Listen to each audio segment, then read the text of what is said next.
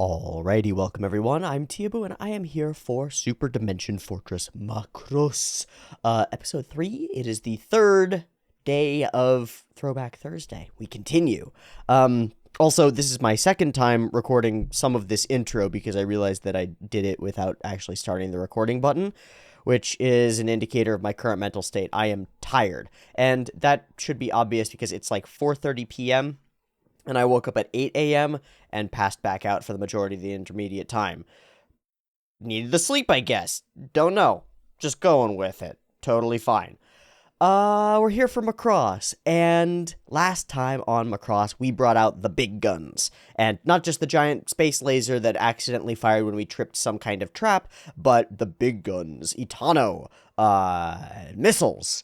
Sweeping, cool shots. At least contributing to a very cool sequence where our two characters, well, one of our characters sort of fell away from the plane, the other one dives after her and pulls her into the cockpit, and it all encloses at the same time. It was spectacular. And, as I said, a promise of what might be to come. A promise that even if you're not entirely sold on every element of this show, this is going to nail it. This part is going to be something special. It felt transcendent. It felt ethereal. It felt special. It felt novel. It felt interesting. And it felt very, very exciting. I don't know what our tone is.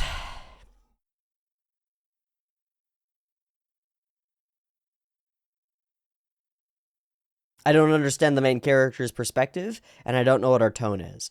We've got sequences that are very serious, and we've got sequences that are very goofy, and it's unclear exactly where we're trying to land on that spectrum of the in-between.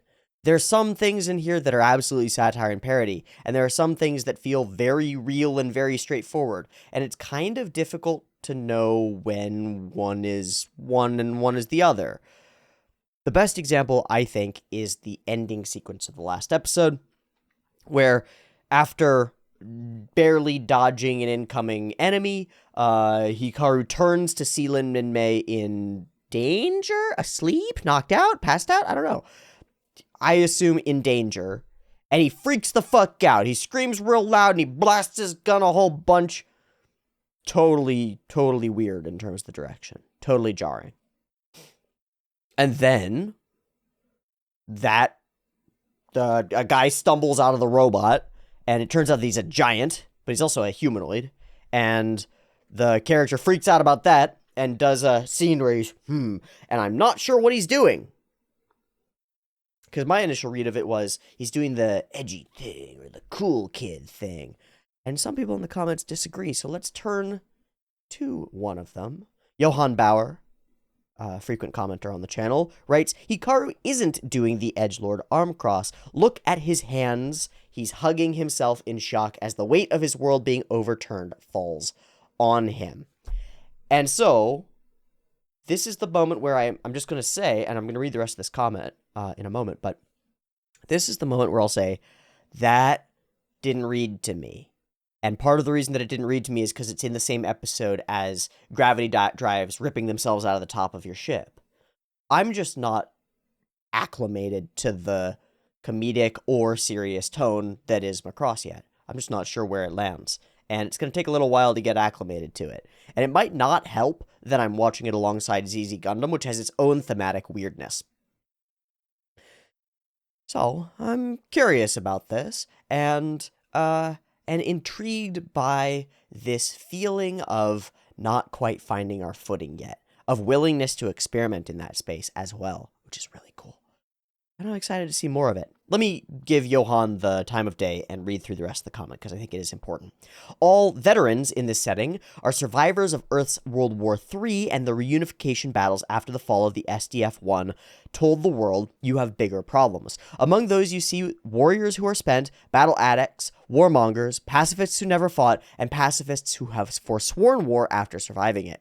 Beware of cornering the reluctant warrior. He does not fear you, he fears himself. And Johann here is speaking of humanity as a whole. Indeed, the aliens are missing the SDF with the orbital bombardment because, as they stated, they are here to capture the battleship, recovering their lost technology from the grubby pink monkeys that are infesting it and repurposing it for themselves. For the American audience that got exposed to this as Robotech, consider the peers it was released against. You could be watching G.I. Joe, where all guns blazing, no one almost ever dies, much less gets wounded, or you could be watching transforming fighter robots absolutely obliterate each other and not see a forest of miracle parachutes. Macross provided weight in both the animation and in the story beats that was absent from Westaboo shows of the era. This is really important. Context and contrast is king, is key.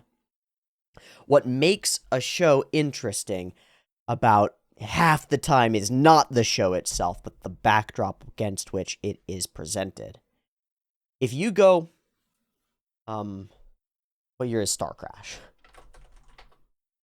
This is a great example because it's 1978. So 1 year after the release of Star Wars, there's this film that I really love called Star Crash. It's got David Hasselhoff, Carolyn Monroe, Christopher Plummer. It's garbage. It's a terrible film. You should watch it. Just watch it all. Watch it all. It's amazing. Watch it on a big screen with friends. Laugh at it. There's one scene in the film, I'll just say, there's one scene in the film that is immaculately framed. It's the only good scene in the entire film. And it's all just like this artful framing of these characters on a bridge. And then the female character is leaned over and you can see her cleavage. And everything about the frame is perfect to get you to focus in on her cleavage. It's amazing. It's amazing. But there's no part of the film that's in any way good. It doesn't have a plot. The heroes aren't heroes. The action sequences are awful. Nothing makes sense. There's a robot that has a fucking like cowboy accent.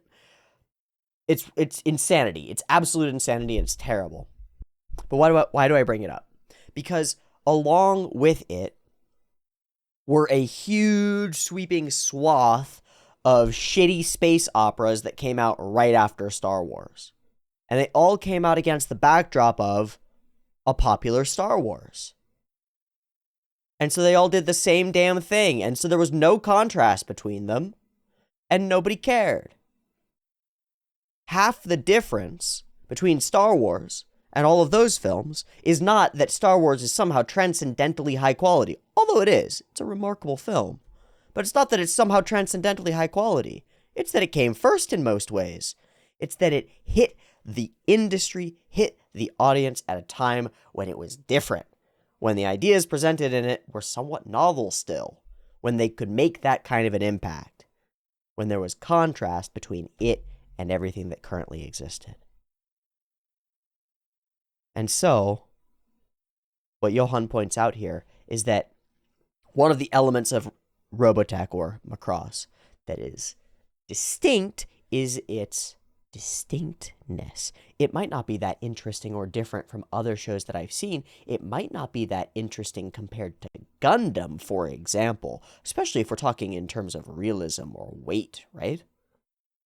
But compared to G.I. Joe and Transformers, now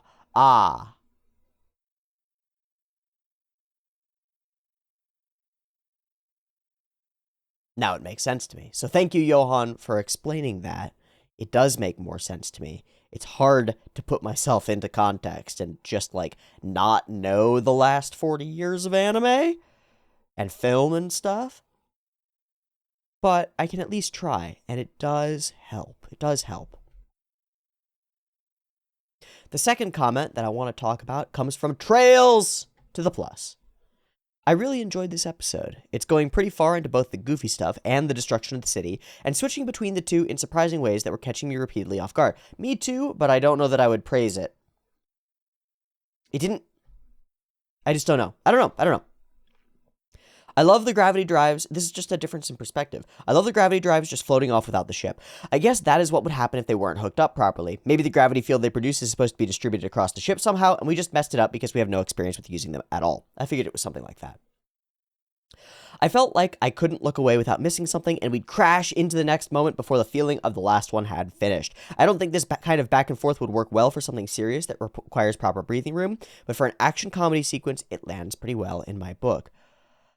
I agree reluctantly. I agree. I feel like I couldn't look away without missing something. I'm not sure that's a good thing. I agree that Hikaru yelling as he shoots that alien mech was pretty messy. I'm still not clear on whether he was yelling in rage or steeling himself to shoot to defend himself from the girl. As far as I can tell, Hikaru is just here to relax and do cool tricks at an air show. The soldiers will take care of this battle. He's not a soldier, so none of his concern. It seems like it's just robots we're fighting, so it's fine to shoot them. The city is evacuated, so it's fine that I plowed through a bunch of buildings and everything is getting blown up. It's all just a game. I don't think Hikaru internalized at all the fact that anyone had died the entire time until he saw the giant getting shot up in front of him.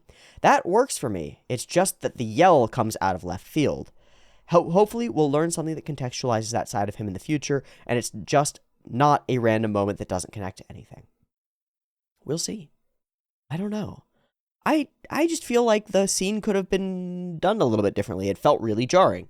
I wasn't anchored into the emotions of the character effectively. It's totally fine to have a character do a total screaming maniacal freak out. Look at Shinji. Hi, Shinji. You got having some freakouts? You having some freakouts. Look at Kamiyu. Look at Amuro. All of them have had these sorts of moments where they get pushed to the brink and they lose it a little bit. It's actually something that we admire about these types of characters. It's something that we admire about people in general. And I think something that we should. It's a good trait, the ability to lose your shit when things hit the fan. To absolutely ape out when you absolutely need to is an admirable trait. It's useful. Especially if you're in war. You got to be able to put aside your empathy and care and reluctance and hesitation and just freak the fuck out and murder people, right? Because otherwise you're going to die. So I don't have a problem with that in particular. I think what I have a problem with is that I wasn't anchored into the character. Shinji having a mental breakdown as he fights with an angel or whatever. Because he can't do it. He just can't do the thing. I'm anchored in the context of the character. I'm rooted in the perspective that he has and where he's coming from, and even his literal viewpoint because of Anno's brilliance and direction. I feel like Shinji, right? And to a lesser extent, I feel like Amuro. I feel like Kamiyu as they're going through these circumstances. Or I feel like Ryuko Matoi as she does similar things in some circumstances. I feel that connection to these characters. Here, I just don't. And I'm not sure how you fix that, but I think it could be. And so, there it is. Okay. Those are the comments that I wanted to talk about. That's my shenanigans on Macross for the moment. Let's watch the next episode and see if things begin to come together.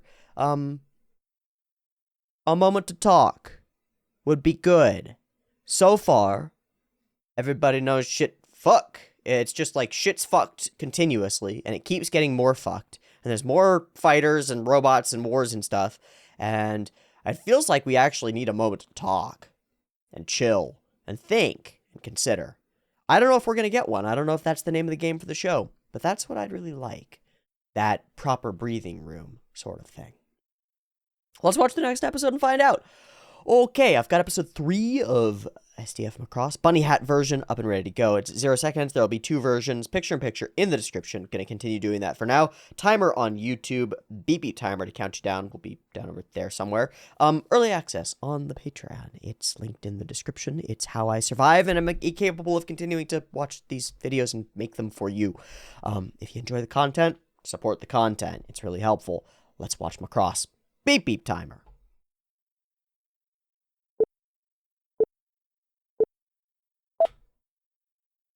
And I do get to tuck into my afternoon tea, which I highly do not recommend. Caffeine in the afternoon is a bad move.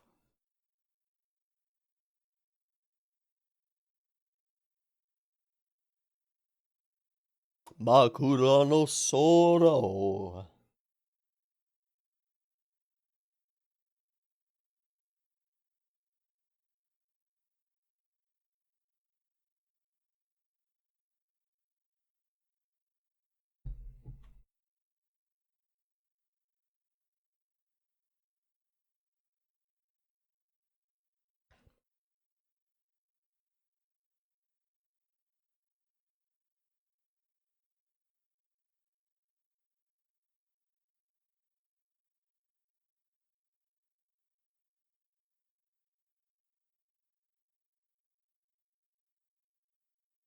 Damn, that's cool. That last moment where the camera actually begins to move through the scene actually doesn't...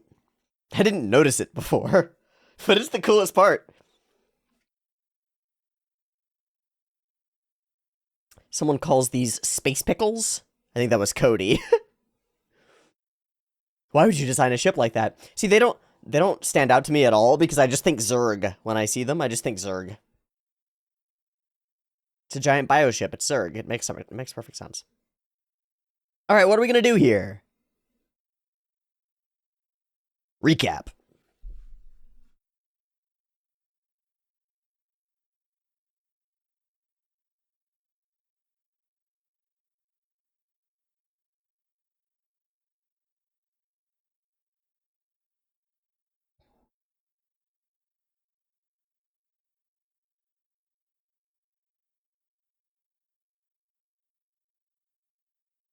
Hmm.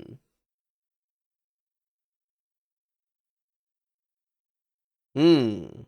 Quite a battle indeed.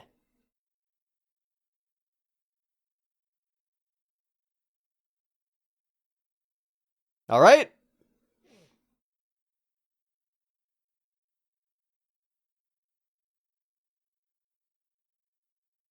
Is he just flying off blind? Hmm.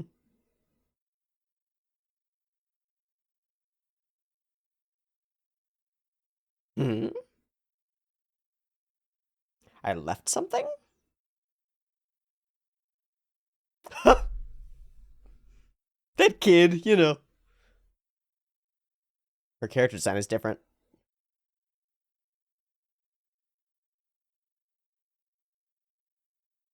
He's not supposed to be here. At all. Oh, yada!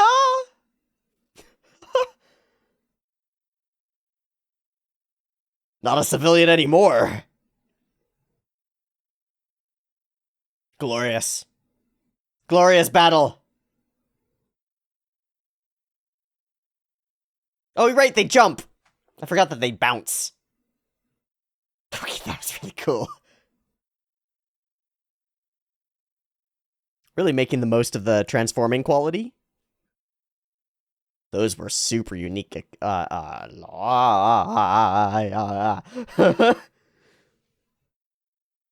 There again is that feeling of can't look away for a second or we'll get jumped into somewhere else. So we're still where we left off. That was just all sweeping us into the moment again. All right, so he had his freak out. He took his nap.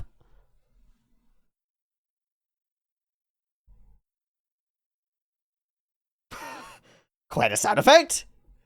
Oh shit, he's got my leg. He's rigor mortis onto your leg, dude. Yeah, I guess that is kind of physically creepy. Uh,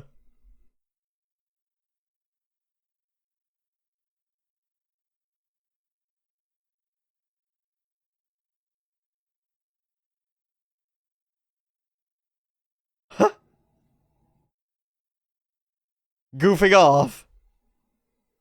Oh. So casual about it. Oh, you're gonna wake him up?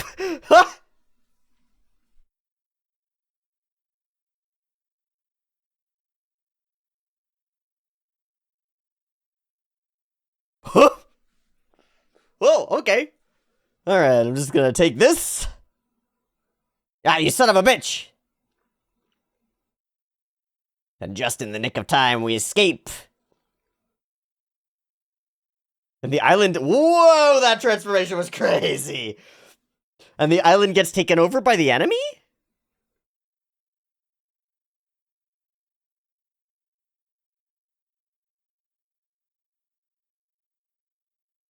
Alright, that whole set of sequences was so dated, and I love it. Yeah, that continues to be really fun. That's very fun. Woohoo!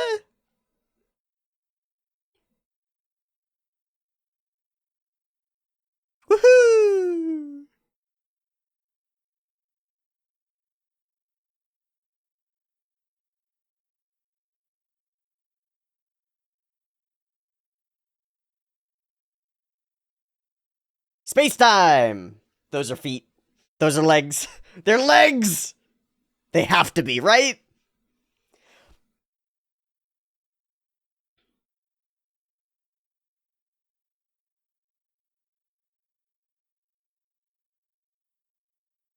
Wow, his nose moves a lot when he talks. Okay.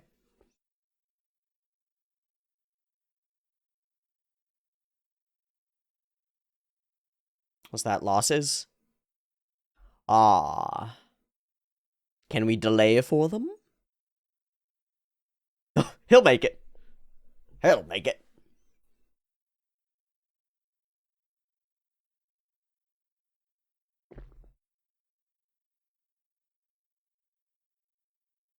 Sweet.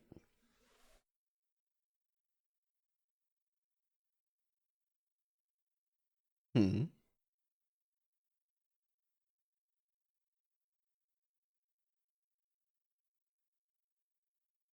Hmm. Well, the answer that was given in the comments was that they want to capture this battleship, right? It just feels weird. Yeah, okay. Okay. But I don't know what it actually is. Lol, no.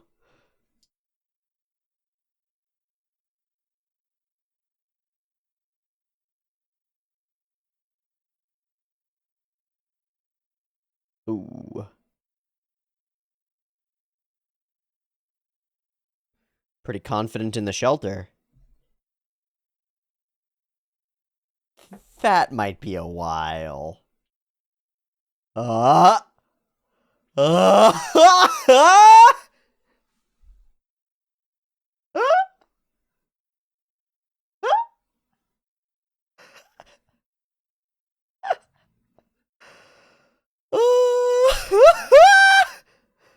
How dare you? Amazing.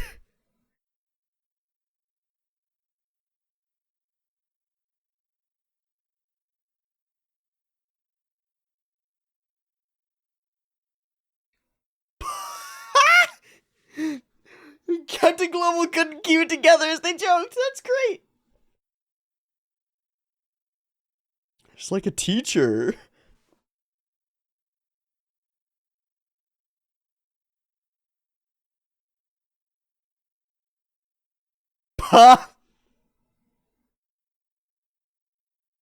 I love it. I love it.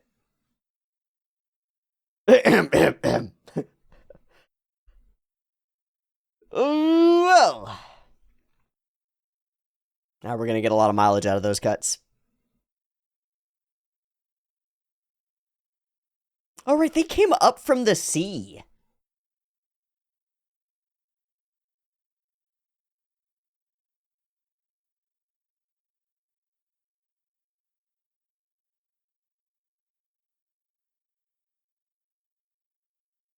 Hmm.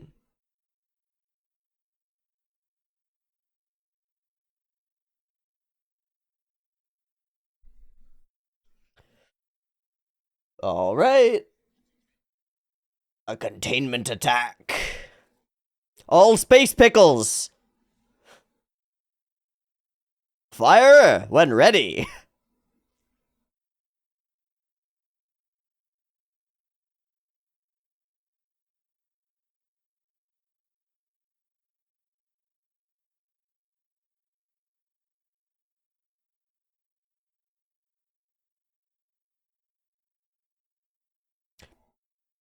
It's just a definitional question. Uh-huh. Hey, somebody asked for the context on this moment. We do get some. So very literally just wasn't thinking it through at all. At all.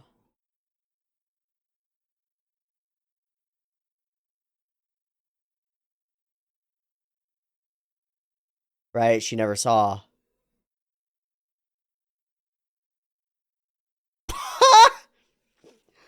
The best wingman!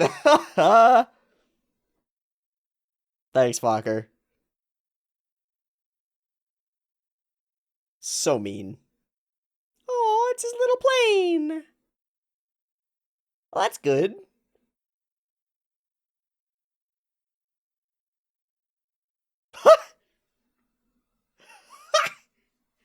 He's got 3 brain cells, man. He's got 3.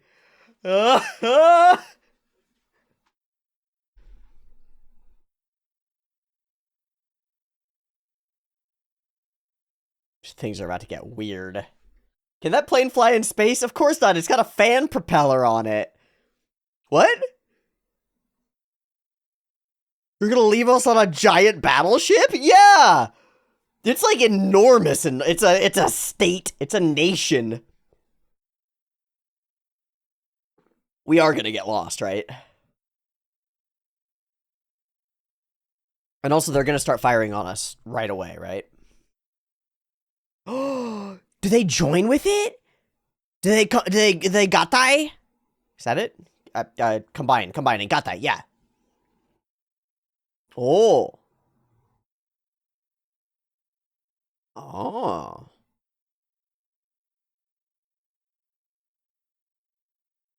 Man, we might lose armed 1 and armed 2.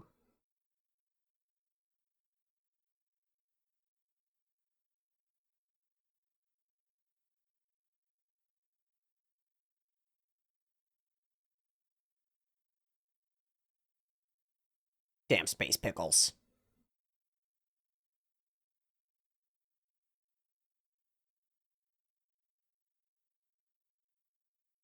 So they do actually cause explosions. Shit. Okay, I really like the way that the line art in that sequence devolved. I really like that.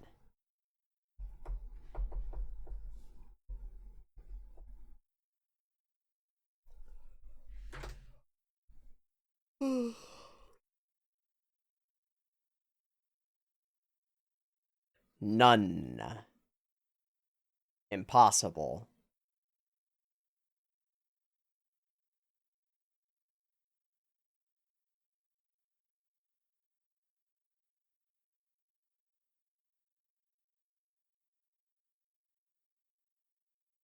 Subspace transfer? Oh! Alright, we're going to hyperspace, baby! God, I wonder what that's gonna look like. I agree! Much better name. Oh.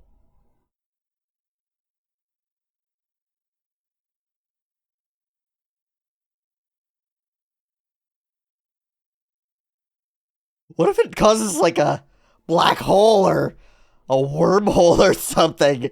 Which it takes the island with you. Never mind. It'll go fine. Yes, sir! This is insane! We're going for it. Let's go. I'm so excited to see what this looks like.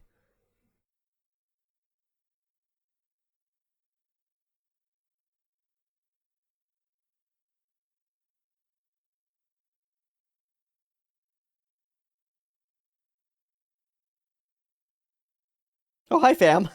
It's the family. Seems like things are great.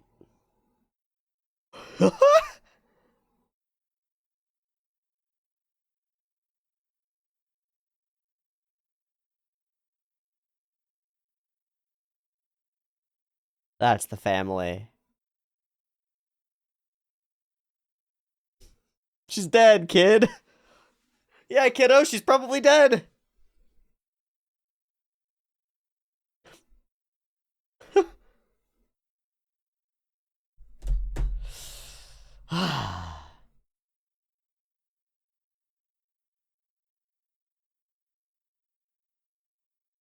Oh, he's gonna fly away. Ha! Oh, that's cute. He's gonna try to take off on the other side of the fucking moon. Oh, it's very cute. Okay, that's very cute. That's utterly cute. That's super cute.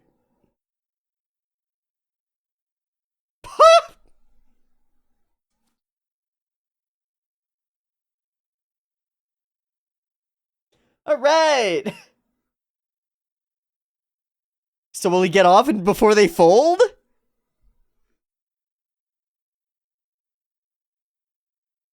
Yes! Yeah, they're out! He's out! Whee!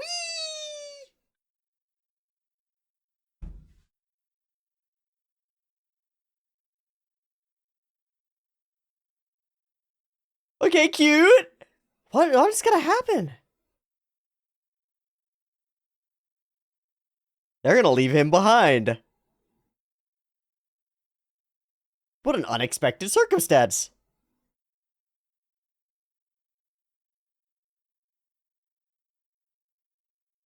I hope they didn't leave the hatch open. Tokyo tomete.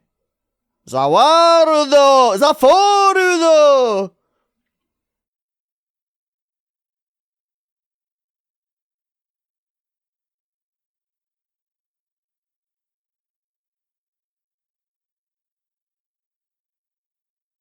Reality is warping. What?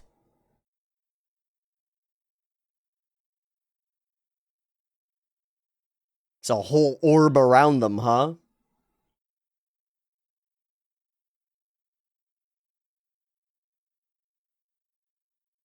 This is cute. This is very cute. I hope we don't do this every time that they use the damn thing. Because that's a lot. Oh, that was very pretty. Oh, the water is very pretty. Not a very surreptitious piece of technology. Yeah, folding inside a gravity, messing with space inside a gravity well seems like a really bad idea. In every game that I've ever played where that's a possibility, it's a bad idea. You mess with space-time near folds and changed space-time at your peril. What? What?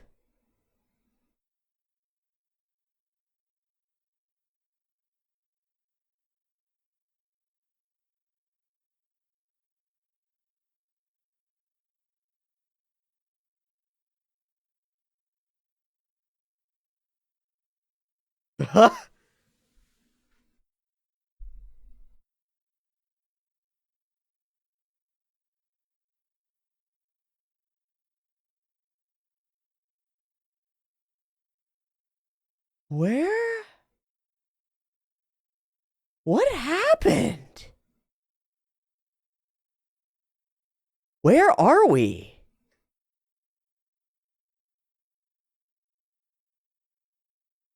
Is this in fact the other side of the moon?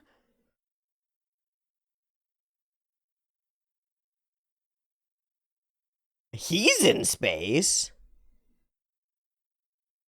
Y'all don't have enough air. There's nothing to push, man.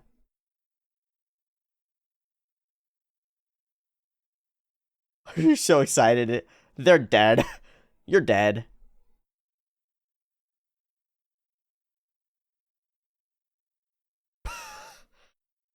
Enjoy spinning forever.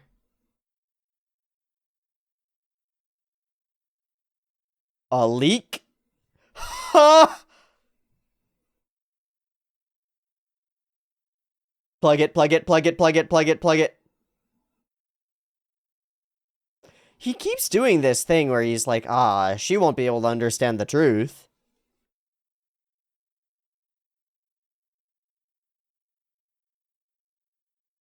Booster works, good. You're gonna what, re-enter?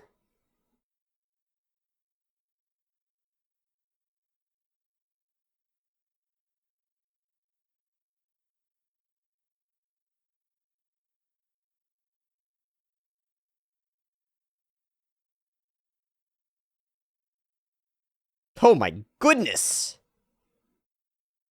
How did this happen? What happened?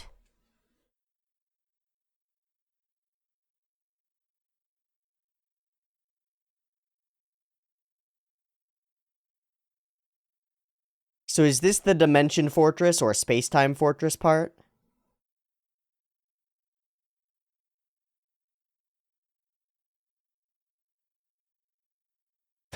Yay!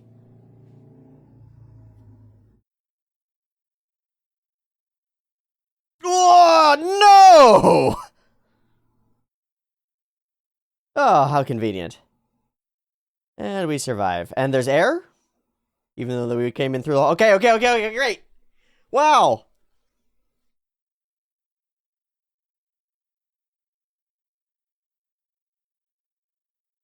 Where and when are we?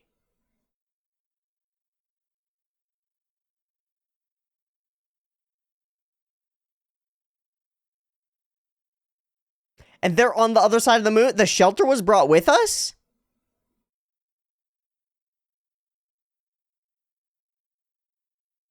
We're somewhere fucking else. Over Earth. No! Pluto?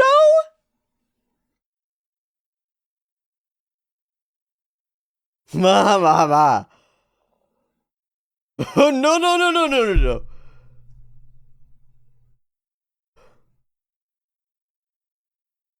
Hello?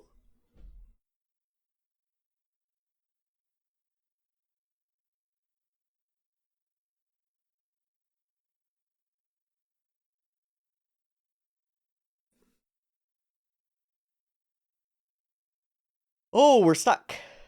We left it behind. We were ripped out of the hole.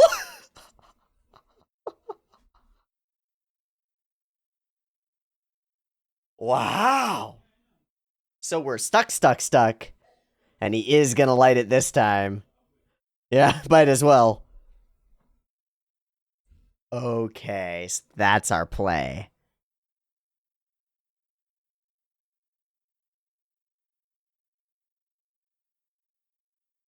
Oh, this is a preview. Fuck. I couldn't tell. Oh, of course I couldn't tell that it was a preview. The art style looks totally different in the preview for the next episode. I'm quite excited for that because that facial design is totally different. Honestly, the facial expressions and designs in this episode are pretty different from everything that's come before. Interestingly so. This is a weird one. But I feel like I like it more. I feel like things are coming together and pieces are beginning to click and make a little bit more sense. Fokker's nonchalance, married to Hikaru and Lynn's not knowing what's going on, and a bit of freaking out. His continuous desire to protect her is interesting, but almost goes too far. I can't tell her that we're leaking air.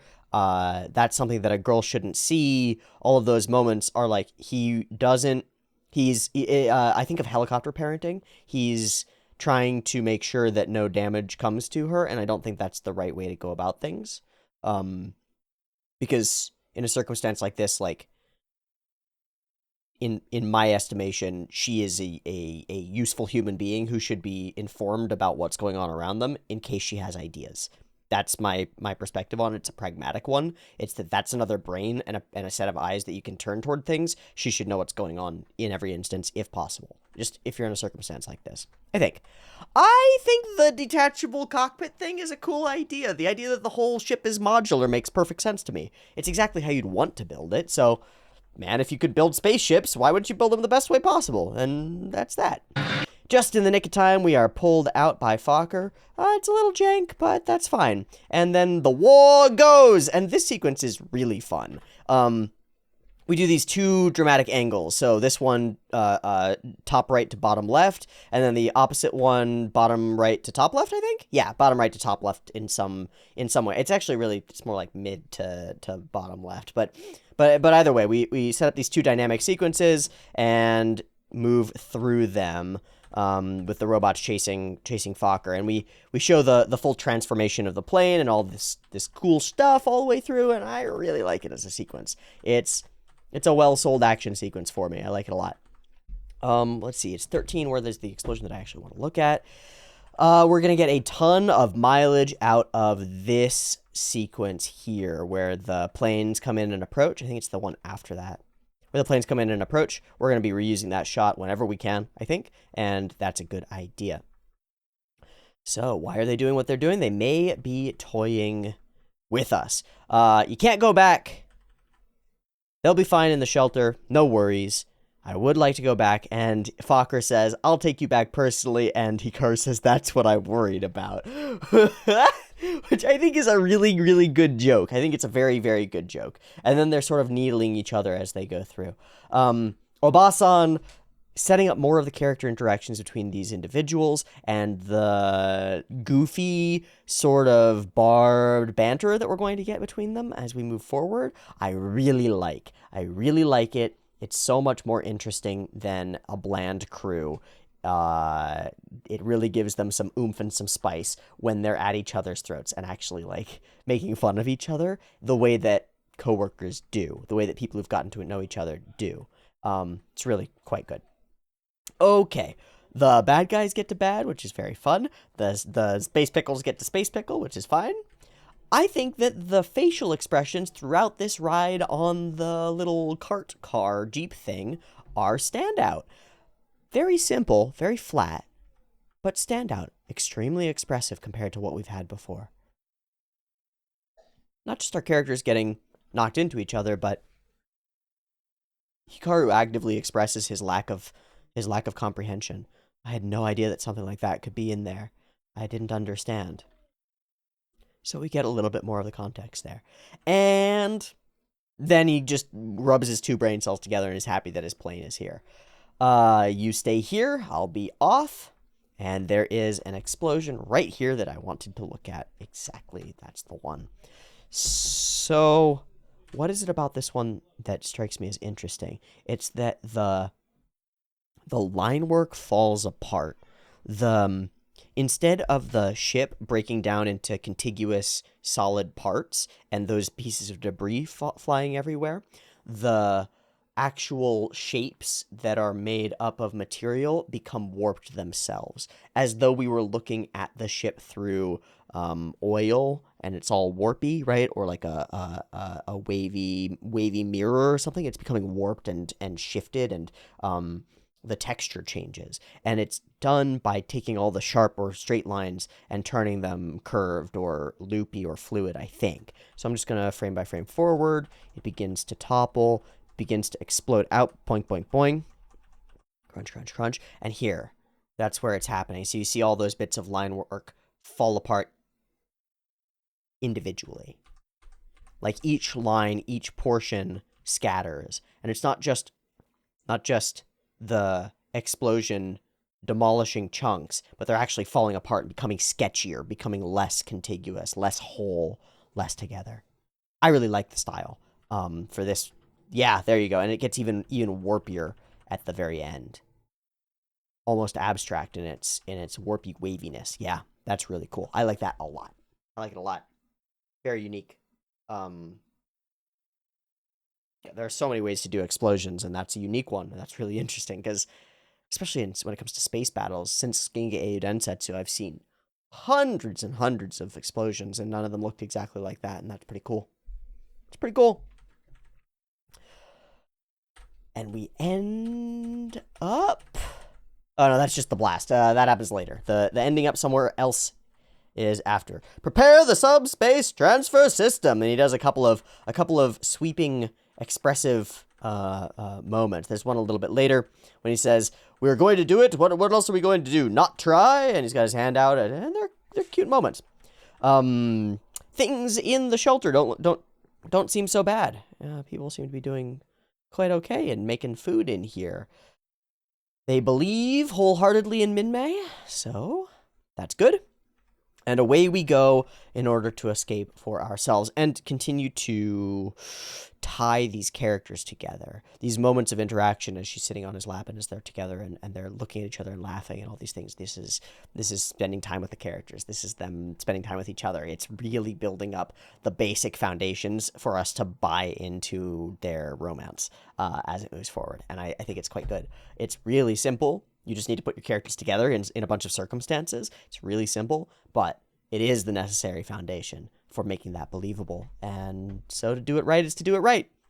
It's also very silly. They're sort of stuck in a thing together, which is correct. That's what a relationship is. They're stuck in a plane that they're piloting, and they can get in each other's way, and they can cause each other problems, and they're going in a destination together, and they're stuck in here, and they can't get out, and it's all a spiraling mess, and they're not sure where they're going, and there are obstacles in their way, and that's relationship. That's correct. This is a dry run. This is a dry run. You shouldn't let a little something like this scare you, right? Right. Okay, so great. And in the meantime, we execute the fold, and it looks super crazy weird. I'm glad, to some extent, that the fold system is no longer on board, because we would have to watch this whole sequence again. It's like watching a home video with fun sci-fi tricks and, like, classic film tricks in it to make sci-fi stuff happen, right? Transporters, stars. Pretty cool for the time, I guess, but it's a lot of multi-exposure and things shaking back and forth that just doesn't sell to me. That said, everything warps, everything goes light, all the instruments cease functioning, and our ship disappears, leaving behind a vacuum that is rapidly filled by crashing waves, which I think look great. I think the crashing waves part looks freaking awesome. This whole sequence is great. Super cool. Giant oomph, big kapow. Where do they go? And it's really weird. So we show up, we pop in. This landscape, like, ice is over? That's the part that's weird to me. This landscape ice is over, and the ship is like physically and solidly on a location. So did we take the whole island and just input the island on Pluto? And then if so, what the fuck is this? Where are we here? Is the island floating there? What is actually happening? I'm not sure. Spatially, what are we looking at? It crashes down. Cool. We're floating. Cool. And we wipe that stuff away, and we eventually... Where's the Macross? The air leak thing happens, and it's stuck in this, like, dilapidated debris that is partly the island and isn't the planet that we were looking at before, so I'm really not clear what happened there. But anyway, we're near the orbit of Pluto, and we're in deep space, and we don't have hyperdrive. That's the circumstance.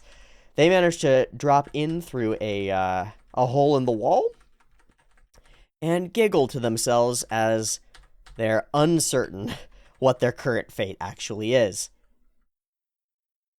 Unable to contact UN High Command. Unable to activate a hyperdrive that's no longer a part of your ship. Our characters are stuck at the edge, the far edge of the solar system, in an active and inhabited world, universe, multiverse, place, whatever, with plenty to explore and a new type of journey. Now we have a story. Our characters, stranded out in deep space, seek a new home, or a way to return to their previous one.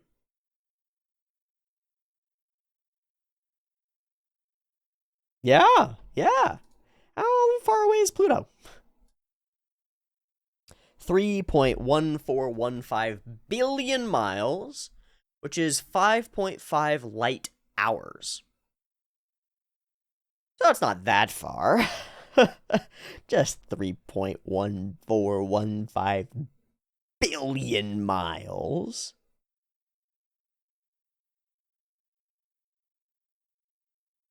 It's going to be a long trip indeed, Captain Global.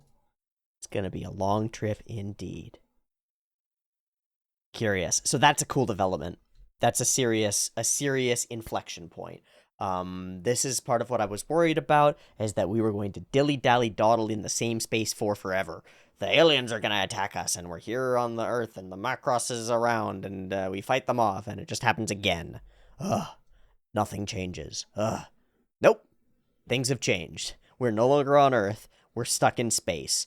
Everything is much more interesting. You gotta find a new way of life.